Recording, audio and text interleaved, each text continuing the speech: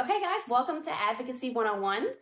I just wanted to include a little personal note here because I think one of my most favorite things when Carter was alive was being able to help him get everything that he needed in every area of his life, and I love being his advocate. So I want to make sure that everyone here knows that being a better advocate or even starting out with your building blocks to become an advocate is just realizing that your seat at the table is the most important one.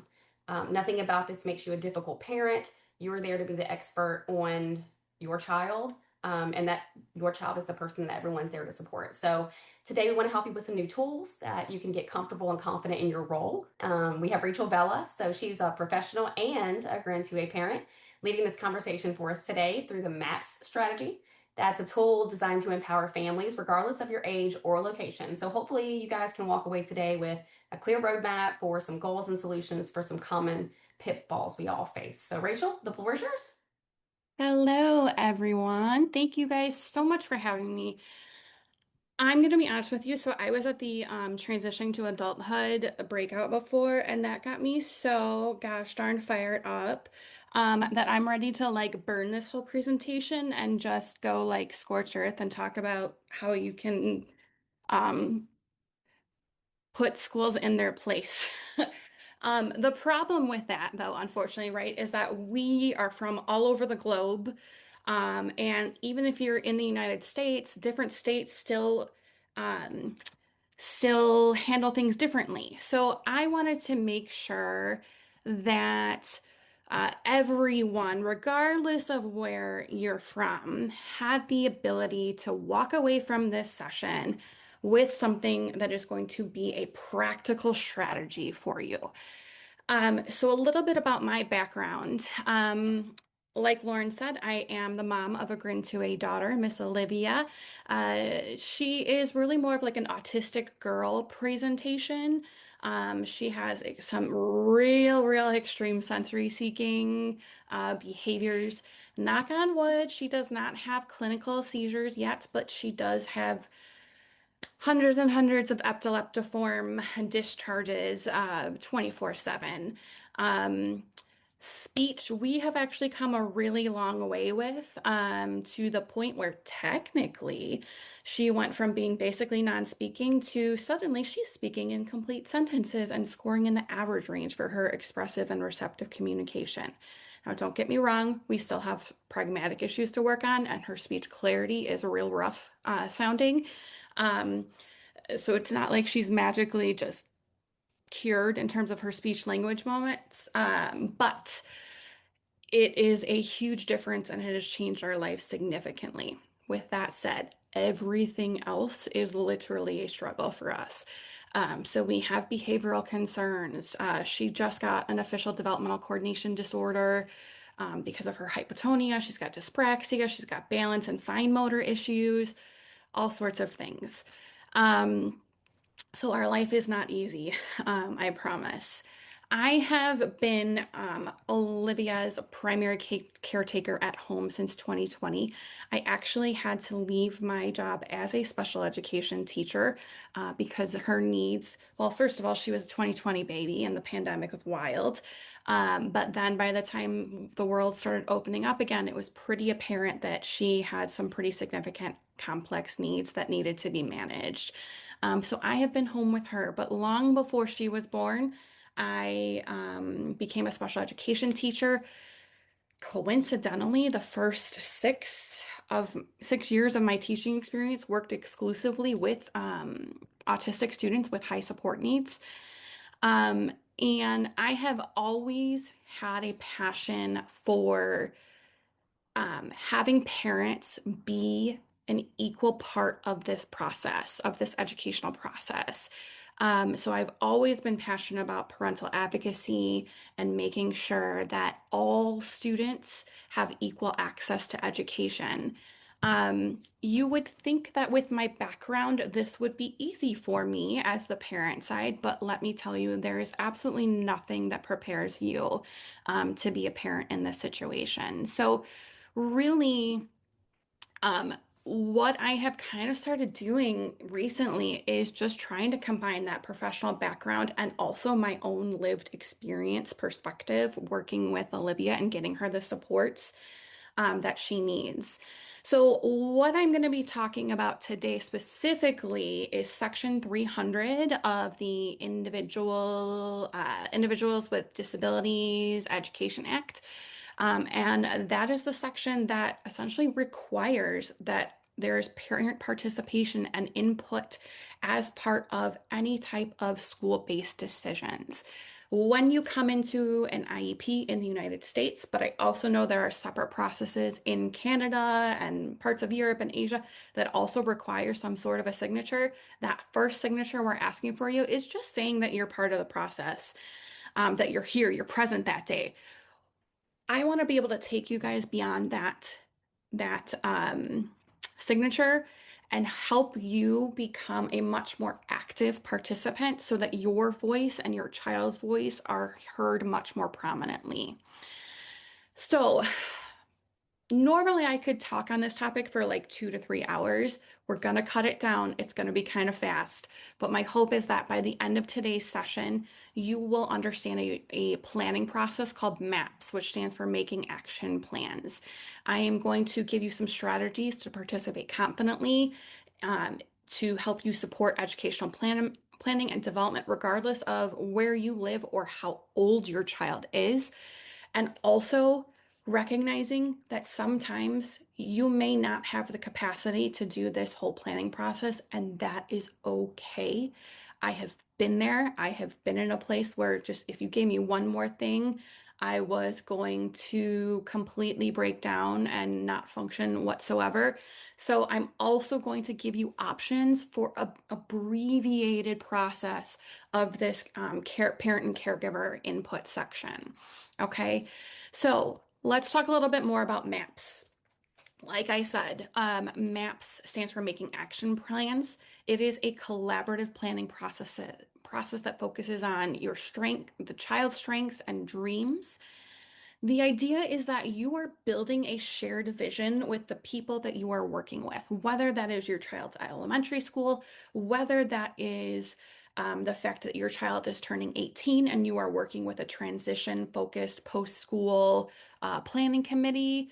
Um, the MAPS process was actually developed in the like 18 to 21-year-old range to help people who were going to need more complex needs, create a vision for themselves, and prepare them for life post school. So while the example that I'm going to talk about today is about like a hypothetical 11-year-old, please know that this MAPS process was actually originally intended for those older young adults who are getting ready to launch into the world, whatever that looks like due to their needs. So why do MAPS matter? Essentially, it's going to center your child or young adult. It's going to build that shared vision and it's going to be strength-based. Like I said, parent caregiver input is required. It's not just a fancy suggestion. The MAPS process will help you identify needs in the areas of academics, social, emotional, and physical. Physical can also include medical. Of course, we're going to include things like occupational therapy, fine and gross motor, communication needs. All of those things are just automatically wrapped up into those settings. Okay. Um, so one thing that I want to clarify is that when we identify that a student has a support need, that does not automatically mean that it is a deficit. Remember that when we're talking about needs, we are strength focused in this particular area. Okay. Why should we do a MAPS process? In a USA pre-K to 12 public school example, it's going to help us inform goals, it's going to help us shape services, and it's going to guide those supports, which lead to things like specialized instruction, accommodations, and modifications. For a more international based example, you can use this in any type of meeting that you are participating in that is a person-centered planning committee in either a school or a post-school setting. Again, these are perfect for those young adults who are about to leap into the world. Okay, so how does the math process work? In an ideal world, let's talk about the ideal world and the realistic world. In an ideal world, we would actually have two meetings when we're talking about a public school IEP meeting. The maths process would actually be the pre-meeting portion. So you would have a total of two meetings. So you're having this pre-meeting where you're creating the maps. And then you walk away with that action plan. Remember, it stands for making action plans. You walk away with an action plan that guides you for how to create that formal IEP document or that post-school transition planning document. Okay. In reality, you might have some school districts that have never heard of the MAPS process. It's very likely they haven't. You may have schools that say, we don't have time for two meetings because we have so many other students. And legally, the MAPS process is not federally mandated. So a school could say, we don't have to participate in this MAPS process. Okay. If you run into a situation like that, you can still complete the MAPS process on your own or pull in your child's private therapy team, complete this, and then you're going to download it and you're going to send it to your child's team and you are going to ask them to attach it to your child's IEP or transition plan as the parental input. Okay. As we get through that, I'll show you how that's done and what that looks like. Okay. Um, I'm giving you the most beautiful example that is very artistic. I'm going to be honest, my maps do not look anything like this. I just think it's beautiful. And especially if you have somebody in your team that is artistic, or like some of my students in the past have been very art driven and motivated, they will take the information and create this beautiful little physical map. But you're not going to necessarily always do that. Again, it takes up a lot of time. We have a lot on our plates. Who has time for that? Not me. Okay. Like I mentioned before, participants in this can be anyone who knows your child well. So that could be first and foremost your child, if developmentally appropriate. If you have an older child, if you have a child that cognitively can participate and has a reliable method of communication, whether that's oral speech or assistive technology like a device, involve them as much as they can. Even if you have a little 5-year-old right now, you can ask her if she has the communication abilities. You can ask her some of these questions, and I'll give you those examples as we go along. Obviously, families are important too, but you can have other, the school team and any type of other important adults in your child's life, like their therapists, whether in school or outside based therapists. Okay. The MAPS process essentially asks and answers 7 key questions. And we're going to go through each of these questions as we go through an example. So I'm not going to read them to you right now because again, I want to save time. Remember that beautiful art example of what of a map looks like? This is what most of them are going to look like completed. This is an example I made of a hypothetical boy named Andy who is 11 and he has a Grin 1 diagnosis. Okay, remember this is a hypothetical kiddo. In my, 2 to 3 hour trainings that I've done in the past, we would actually sit down and we would go through this process for your child specifically. And we won't have time for that today, unfortunately, but I am going to give you some fillable forms and other shareable assets by the end of this conference, so that way you can engage in this process either by yourself or with your team, and you can do it in the most simple format. It doesn't need to be fancy or elaborate. Okay, so question number one of the MAPS process is, first of all, who is your child? You're going to want to use descriptive words. So in our case, Andy is an 11-year-old boy. He is determined and persistent. He's very observant. He's a great listener. He's a classmate. He's a son and a brother. He's curious. He's resilient. He expresses himself through movement and facial expression. He's an animal and a music lover. He's very funny in his own way. Um, in this case, Andy also is a rolling person, as some of my students like to call themselves, because he uses a wheelchair. He's also non-speaking, but he uses the Touch Chat AAC app um, that he is making slow and steady progress on. Okay. Question number two, what is Andy's history? Now, if you're doing this with a team, they may already know a lot of these things. And so if that's the case, you can give just a quick synopsis of the main things. You don't need to go into a full evaluation report of, day by day, year by year, but just kind of touch on those key points. So he had his first focal seizure at 6 months old. They started trialing seizure medications when he was between 6 and 7 months. He got that GRIN1 diagnosis at 9 months, and they recognized it was a de novo variant. Throughout his development, they recognized delayed motor and social developmental milestones. Then they started realizing around age 1, he wasn't showing traditional communication, wasn't demonstrating the milestones appropriate for his age. Same thing with fine motor as well. In our case, our hypothetical case, again, Andy had a G tube placed before he was 9 months old because he had persistent feeding and swallowing issues. And this is also where we note that he's tried various communication and AAC strategies over the years, but he's been using Touch Chat for the past year. Okay, now my favorite part is what are Andy's strengths? Okay, so with our hypothetical Andy, he has a really strong understanding of routines, and his ability to connect with familiar people is phenomenal. Like when you become one of his people, you are one of his people for life because he is going to love you and interact with you, and share in any way possible his joy and his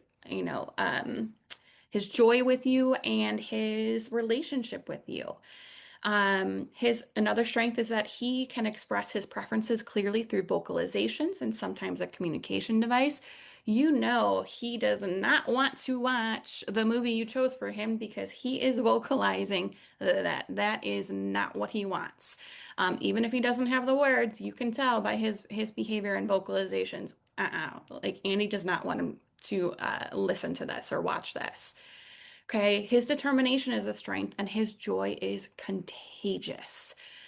Everyone around him just experiences his joy and witnesses his joy in a way that just makes you feel warm and fuzzy. Okay, we also know that he responds positively to music and sensory experiences.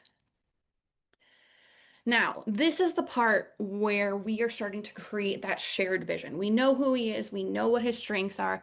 Let's talk about what does the future look like for Andy. Now, depending on your child's age, we could talk about what is our dream in the next year. If you have a 15 or 16-year-old who's just starting the transition planning process, you want to look at the next 5 years. What happens to them when they start aging out of the traditional school-based system? What I want to add is that with this process, we want to promote self-determination and autonomy as much as possible for your individual child. So, if they are able to respond to you or communicate in some way, ask them what their dream is. If your 5-year-old is able to communicate that they want to be an astronaut, let's add that to this slide. Okay. In the next year, is he going to become an astronaut? Absolutely not. But it is going to give us some information later on of potentially how we can structure some services to make them really motivating to him. As a teacher, I hear a kid wants to be an astronaut when they grow up, and you better believe I am bringing in books about astronauts and I am making math manipulatives that have planets and stars and spaceships. So even if a goal feels a little bit silly to put in, um, still put it in because we want them to create that shared vision and it's going to give us information later on. Okay. You can be as specific or general as you want when it comes to talking about your dreams for your child. So again, in our hypothetical example here is we want him to be able to communicate effectively using his AAC device. We want him to build strong and meaningful friendships with peers. We want him to be able to participate in inclusive general education classes, but also to be able to explore the community and go on outings with his classmates. We want him to be able to experience some form of independence in his daily routines. We also want him to be known and valued for who he is as a person and not just who we hope he is. We want everyone to accept him for who he is. And most importantly, want him to be given choice and develop his own personal autonomy as a human being, whose needs are not diminished or their desires are not diminished solely because they have a disability. Okay. Now, number 5 is let's talk about your nightmares. We don't like to talk about nightmares, right? They are scary. They, as parents, give us a whole lot of anxiety. But it is super helpful for your planning team, your school or transition-based planning team, to know what your family's nightmares are and even what Andy's nightmares are, okay? So we just went through this process with my own daughter, and a lot of these nightmares for Andy are very similar to what we said for our daughter too. We are terrified that she's going to be isolated from her peers and only spend time in separate settings. We are very fearful that people are going to underestimate abilities. There is concern about limited opportunities to communicate because of his language skills. We're worried about lack of access to meaningful learning experiences. We are really afraid that someone's going to shove him in a gen ed classroom and he'll be present, but he's not going to be truly included as a valuable member of that community. We are also worried that perhaps his seizures might prohibit him from accessing his school and community when we have frequent hospital stays or medication trials or whatnot. I want to add in that it's okay to include nightmares that the school team cannot fix. So, for example, in this situation, the school team is not going to be able to control his seizures. That's completely outside of their purview. But as a school team, it's really important to know what families are worried about because these are the things as parents that are keeping us up at night, and these are the things that really get our anxiety going and can send us into anxiety spirals and loops and whatnot. And so it's very helpful for your planning teams to know what is really, really keeping you up at night. Okay.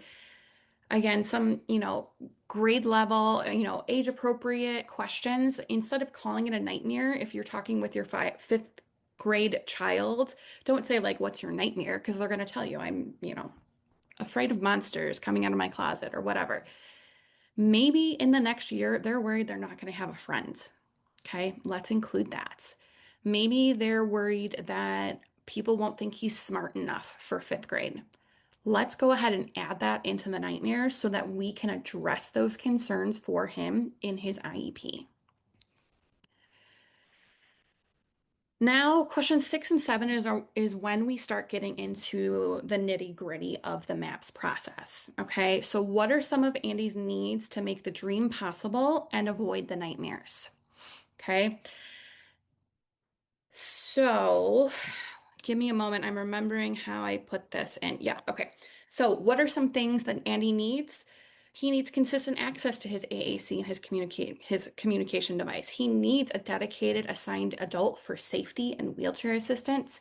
He needs support for mobility and positioning, including wheelchair access and making sure his space, his physical environment can accommodate the wheelchair without running into obstacles constantly. He needs opportunities for peer interaction throughout the day.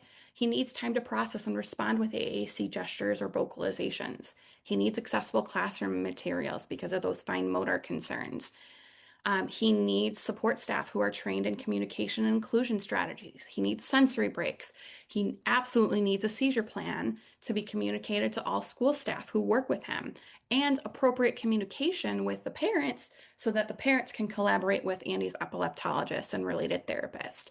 We also know that parents need training on his touch chat device because they are not native AAC users and they need to be taught how to use and model it as well so that Andy is getting those models in all of his environments, not just those 6 hours he's spending a day in school. Okay. I hope you're hanging in there with me. If you have any questions, drop them in the chat and Lauren will let me know what they are. Because we're going to get into the nitty gritty now. This is when we actually start making the action plan.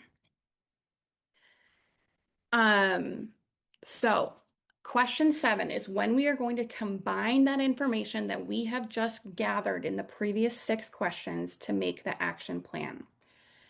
For Andy, it looks like this. I didn't go line by line for every single thing, but I did pull out some key examples here. Okay, so on that left-hand side, you see something that we have previously noted in the last 6 questions. Okay, so in the needs, we put opportunities for peer interaction throughout the day. On that right-hand side is ideas for this plan. Okay, so here are some ideas. We can have Andy choose one after-school leisure club activity, board game club, community service club, art, drama, whatever he's interested in, and also make sure that he receives the necessary supports as documented in his IEP to facilitate meaningful participation in that after school club. Okay, we also need to make sure that he's working with peers in his small group activities. Okay. Another line I pulled out was support staff need to be trained in communication and inclusion strategies. We're going to write that in as consult minutes for the speech therapist because we're going to need frequent speech language pathologist consultation with staff members to model effective use of AAC for the paraprofessionals, the teachers who are working with him, the other therapists that are working with him. Okay. We know all the way back looking at his history that he's had a G-tube placed before 9 months old. He's going to be at school all day. That's going to require lunch and a snack. We need an appropriately licensed medical staff like an RN or an LPN, depending on your state rules and regulations, to administer G-tube feeds. It's just a need, right? And so we're going to be writing that again into his medical stuff usually comes into like nursing minutes. But we're going to write that into his appropriate services that need to be handled at school. Okay, here's some other examples. If he needs consistent access to his AAC communication device, we're also going to make sure that we're going to add in monthly team consult minutes so that they can collaborate with the district assistive technology coordinator who is going to be monitoring and assessing his successful progress with that AAC.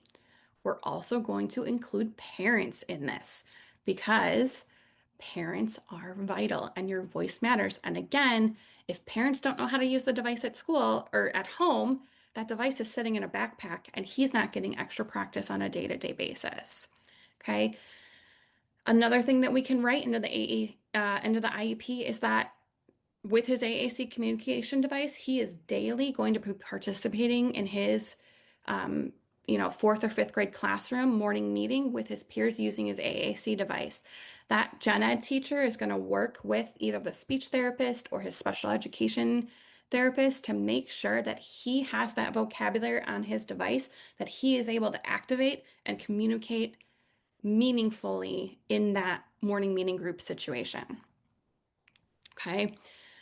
Another need, one of the what supports does Andy need? He needs a dedicated or assigned adult for safety and wheelchair assistance.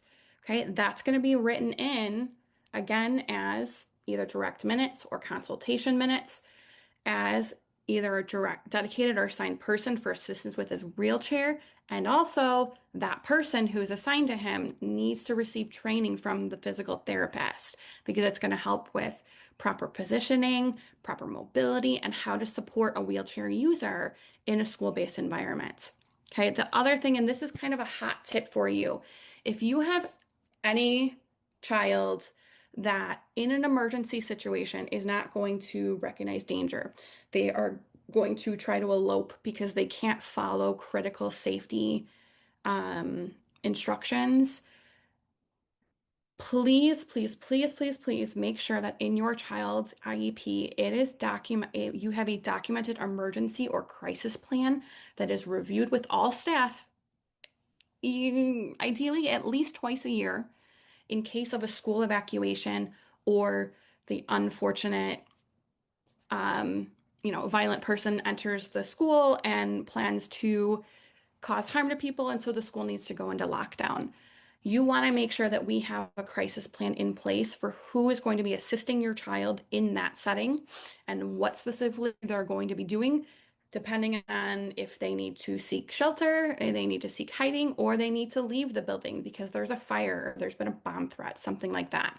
That's one of my hot tips that frequently gets overlooked is that most of our kids can't respond appropriately in a crisis situation. Okay.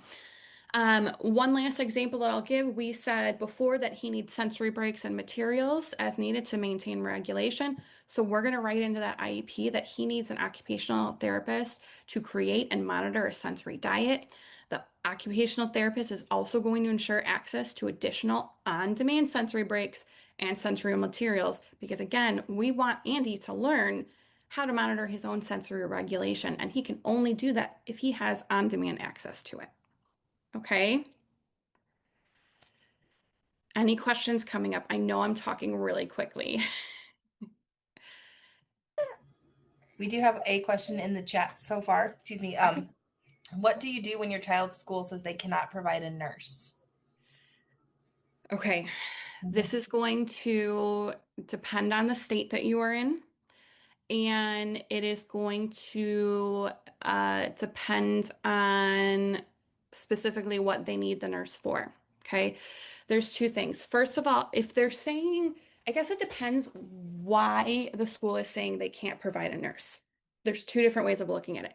If they can't provide, they recognize that your child needs a nurse, but they can't find someone to hire, that becomes a compensatory issue. That problem is not your problem as the parent. This is a district problem. They are legally required to continue to look for someone to fill that spot.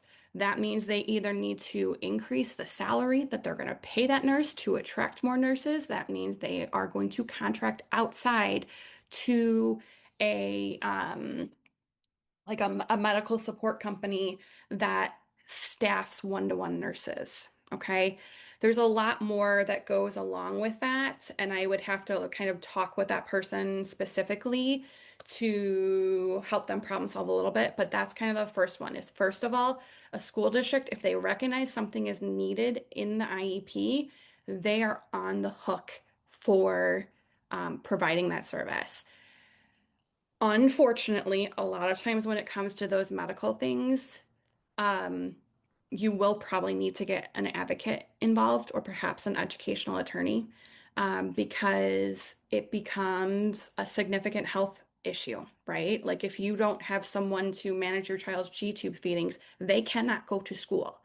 And so your school needs to provide some type of compensatory service that will either allow the child to be, fed by a licensed individual, or they're going to find a different setting for your child that will have appropriate medical staff. Okay. So first of okay, so that's the first one. If they recognize they need the nurse, but they're saying we just can't find anyone, that's how you would handle that situation. If they say we don't think your kid actually needs a nurse, that's a totally different situation. Um, and obviously depends on the specific medical needs of your child. And that if they want to deny a nurse, they are not giving your child FAPE, which is a free and appropriate public education. And in that case, I would absolutely get an advocate involved. If the advocate can't solve that, then I would get an educational attorney involved as well. Anything else coming up at the moment? Nope, nothing else right now. Okay. All right. So this is just, I'm not going to read through this whole ideas for the plan, but this was looking at again, all of those six questions and giving suggestions of plans for how to proceed and things that should be included in the IEP moving forward. Okay. So this is when you're going to talk about things like getting an adaptive physical education teacher in, making sure that he's, working with peers in that small group. You are going to make sure that you have a school entry plan for him so that when he arrives at school, he's greeted by peers and staff. Those kind of things. Okay. I'm not going to read through the whole thing because it's kind of long. And if this was a real child, I would actually like probably double or triple it because it gives a really clear picture of what actually needs to be translated into that IEP or that transition planning document for uh, young adults. This is when, speaking of young adults, so this is when those transition plans become extremely important because let's say you have a young adult who, the desire for the family is that the young adult will be able to live in a community integrated living arrangement, a CILA. I think other states may call them like community-based housing or something like that, where it's multiple individuals with disabilities, but they live in a house in a regular neighborhood, just like any of our neighborhoods now. And there's usually like one staff person who's just kind of there for safety and monitoring. So if that's your dream for your child, what needs to start happening in those ideas for the plan is at age 15 and 16, we need to make sure that your child is able to function safely in a group with only one person. So if your child is currently one to one, we have to come up with a plan to get your child the skills needed to be able to function in, say, like a one adult to four student ratio. Okay, that's when this transition piece really starts to kind of pave the way for those post-school outcomes, and you start looking at the real nitty-gritty of what needs to happen now so that we're not waiting until we're 22 and we're aging out of the system and now, oops, we can't go to a community integrated living arrangement because I've had a one-to-one my whole life, and I can't be safely independent without somebody one-to-one watching me. Okay. Um, all right. So we have created, let me go back. We have created this big old document that has all 7 questions written out, all of the input from you. And remember, this includes input from you, the family, the child itself. Hopefully, the school team is also helping you, his therapist, any person who has extensive knowledge of your child can be part of this process. We're creating that shared vision plan, remember. Okay, so what happens next? We've created that big long document. What happens? Okay, so people are going to walk away with actionable plans. So that OT that we talked about is going to go into that draft IEP document, and that OT is going to make sure that in the accommodation section, it lists out the sensory diet that she is going to be implementing with your child. She is going to go in to the services and minutes, and she's going to obviously create um, minutes for direct services, but she's also going to write in consult minutes as well. Okay, so that's how this becomes the actual IEP or transition planning document. Okay, um, if one of our ideas for the plan is that he has opportunities to make choices throughout the day, his specialized services teacher and his speech language pathologist are going to write goals on choice making opportunities so that your child receives the specialized instruction they need to give them the ability to actually make those choices when presented in a regular setting. Okay, so they're going to draft those documents prior to the actual official IEP meeting, and hopefully they will provide you a copy of those drafts before the actual meeting, so that you have some time to review it yourself and see like, are we missing things, or is there other things that need to be added, or maybe we went a little too far. We want to make sure they're not being pulled out for service minutes all the time because that's going to limit his time with his peers and whatnot. You should have the opportunity to look at that. So, for example, in the state of Illinois, Illinois has recently passed a law that requires all draft paperwork be sent to parents at least 3 days before the meeting. This timeline is going to vary by state. Um, and so this is going to be shared, this is going to be a shared responsibility. Everyone who is part of that MAPS process is going to walk away with sometimes we can call it a task to do, right? Like I explained before, that OT is going to go in and put in minutes and we're going to add goals and whatnot. As a parent, you might walk away with a task to do. Maybe the team said, I have a question for the epileptologist. And so the parent then goes to the epileptologist and said, hey, the school team is wondering XYZ.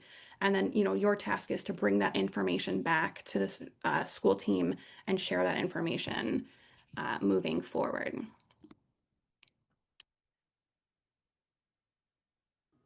Okay, after the meeting, these are just some general tips and tricks for advocacy in general.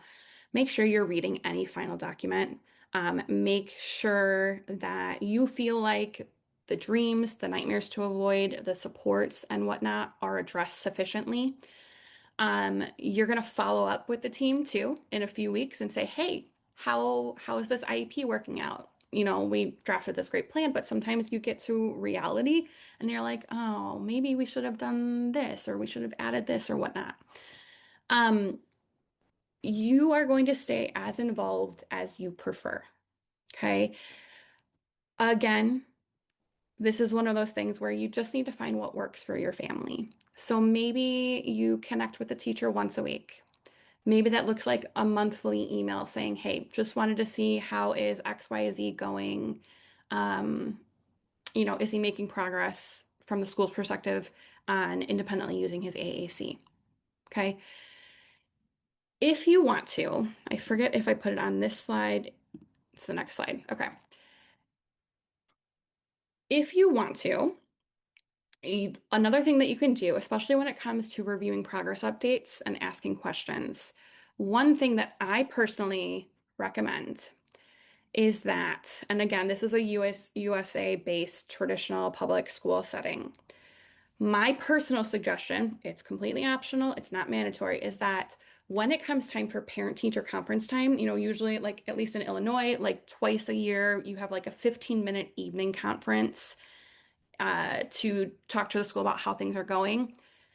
Skip that, but a month before, at least a month before, send an email to your kid's case manager and the local education agency rep. This might be like an administrator, principal, special ed director, or whatnot, and say, in lieu of a traditional parent-teacher conference time in the evening, I am requesting a full IEP team meeting with Andy's team to review progress on goals and services. Why do I do this? Because in a 15-minute conference with my high needs 5-year-olds, we are not going to address everything that needs to be addressed in 15 minutes. Also, those evening conferences, if the OTs, PTs, SLPs are even there, they're literally running around the building trying to pop in as many conferences as possible, and they've got like 30 seconds to a minute with you. If you request a full team IEP meeting, that means they are there for the duration of the meeting, and you have an opportunity to actually get your questions answered. Okay.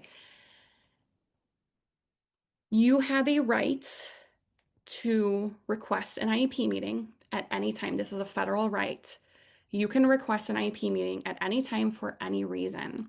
And asking to review your child's access to a free and appropriate public education by reviewing their progress updates is a very valid way to or a valid reason to request that IEP meeting. Okay.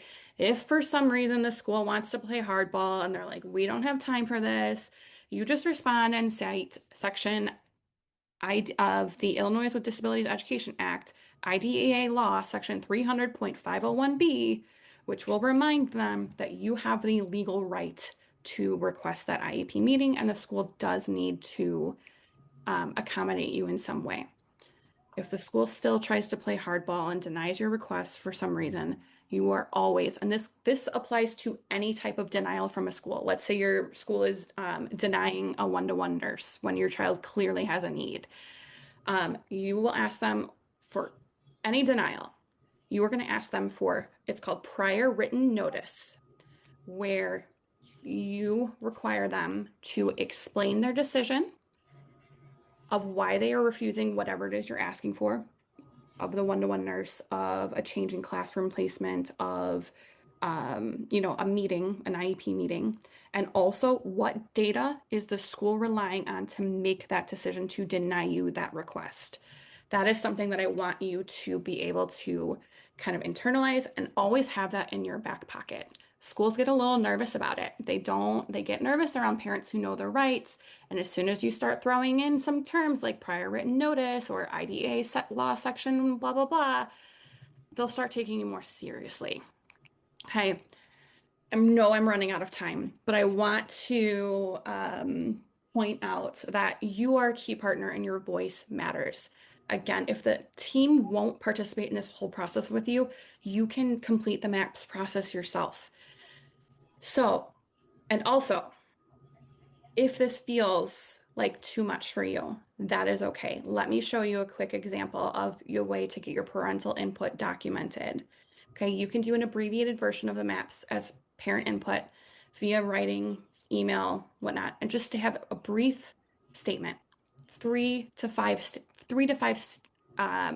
sentences.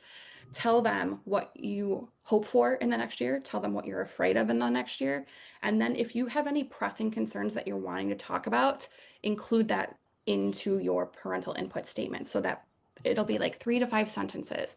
So for example, with Andy, our greatest hope for Andy for next school year is that he engages meaningfully with his peers and continues to make progress with his AAC. We worry that his unique sensory needs will not be recognized or adequately supported. During our upcoming meeting, we would specifically like to address and create an emergency or safety plan in the event of a school evacuation or lockdown situation. It's still great input. It's going to give the team a heads up about what is most pressing and important to you, and it allows everyone to come into the meeting prepared to talk about. I know we only have like a couple more minutes. So I am going to open up to questions, but I do want to give you a way to contact me. You can scan this QR code and it's going to give you both my email address and also I do host my own Substack specifically about GRE-related disorders and other rare diseases. I'll be honest, again, like take on what you can and leave the things that you can't. I don't post regularly. I post when I'm able to and when my mind is in a place where I can actually process a nice post. So please feel free to find me on Substack or send me an email. Again, scan that QR code and you'll get the links and the emails and whatnot. I will also be sending out shareable assets with some like templates for uh, filling out the maps process on your own. Awesome. Thank you so much, Rachel. I know I have to jump over to the main I session. know. That's okay. There's one question in there, in the chat about how April's son is in high school and, what do you do when one teacher will not follow the IEP and and she's taken it to the school director? I Yeah. don't know if you want to, chat in here really quick. I'm going to have to jump over or, Yeah, totally fine. So April, what I can say is send me an email. It's amongthezebras@gmail.com. But what I will say is, first and foremost, if you think that your child's IEP is not being followed, you request an IEP team meeting first and foremost to start that conversation. And let the school know that you are aware of the fact that the IEP is not being followed and what can the school do to determine next steps of making sure that the IEP is adequately followed in the future. Okay. Send me an email. I'm happy to talk more when I have more specifics from you. Okay. All right. Thanks so much for joining, everybody. I apologize that I was had a lot of information to go, but I am happy that we got through at least this. Um, would love to hear from you guys moving forward.